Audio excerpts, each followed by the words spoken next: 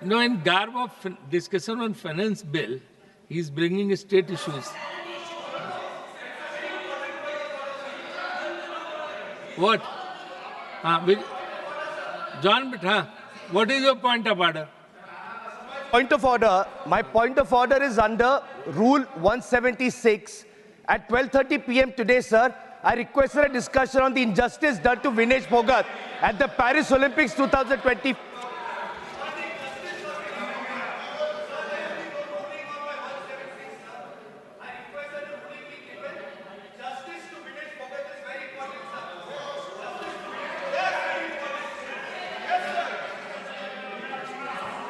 No.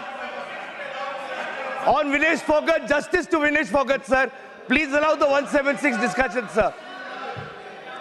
That cannot be allowed because give an explanatory note here. Then only. I've given an explanatory note with my notice, sir. So chairman I've given it. Yes, sir. I've submitted it. Chairman will decide on it.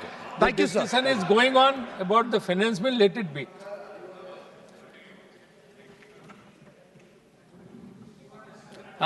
Yes. Kanimozhi, Somu. Thank you, Honorable Chairperson, sir. Thank you for the opportunity.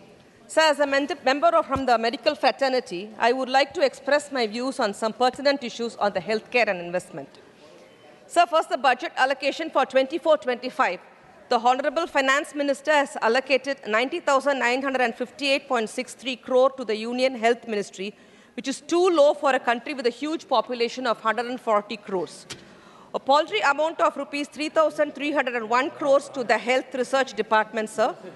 The Indian Council for Medical Research, ICMR, is the premier research institute, conducting researches on various issues pertaining to diseases. But what will the scientific officers in ICMR and its research wings do with the meager allocation, sir? Sir, rupees 7,300 has been allocated to the Pradhan Mantri Jan Arogya Yojana. This is too low for the health insurance scheme to meet the sustainable development goals and its underlying commitment, which is to say, leave no one behind. But in reality, it actually leaves most of them. So the union government is laying 18% GST on the premiums of the health insurance, which is unjustifiable. The union government collects around 20,000 crores every year from levying 18% GST on the health insurance.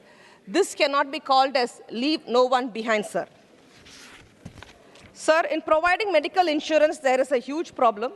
The big difference between the cost of surgeries between the government hospitals and the empaneled private hospitals. The union government should form cost evaluation committee to fix the optimum cost of surgeries and the maximum entitled amount that the insurance companies provide to empaneled hospitals for performing surgeries to insured patients. Otherwise, the insurance companies reject the amount claimed by the hospital, sir. Sir, on GST, I would like to urge the union government to withdraw GST on medical insurance and all the life-saving medicines and OTs and laboratory equipment, sir. Sir, as a doctor, I can only say it will be an uphill task for the private-run hospitals to survive due to wrong policies and taxation by the union government.